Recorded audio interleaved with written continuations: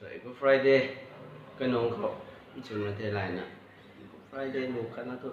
present xuống thế.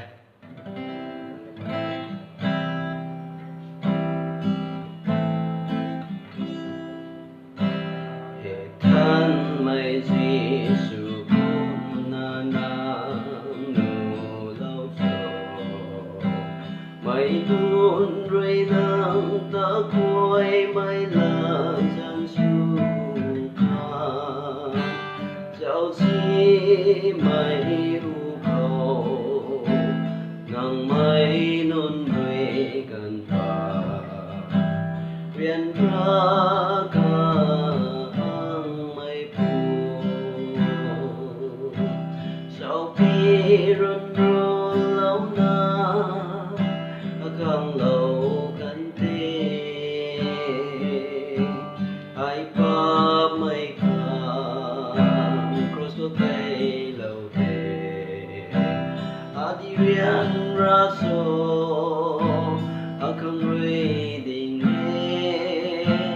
mây quay ring cả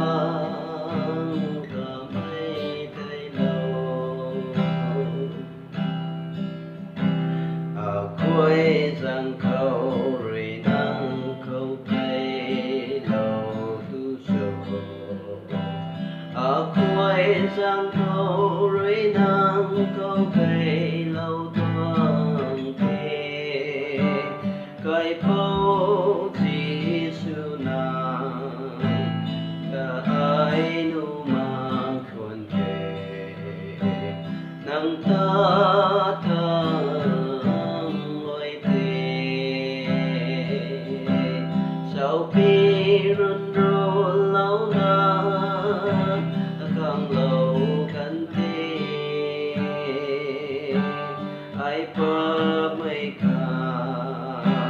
cross có cây lâu thế adi rian raso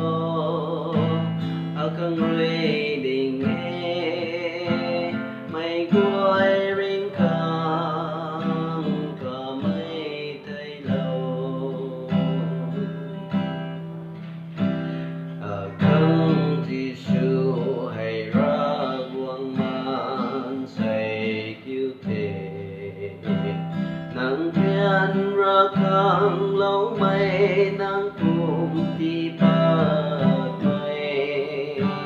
nắng râm rèn ra khang lâu mây thấy lâu mây thề ai ring đi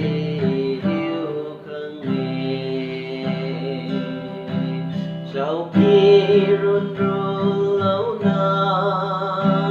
không lâu gần thế ai pa mây cross có cây lâu thế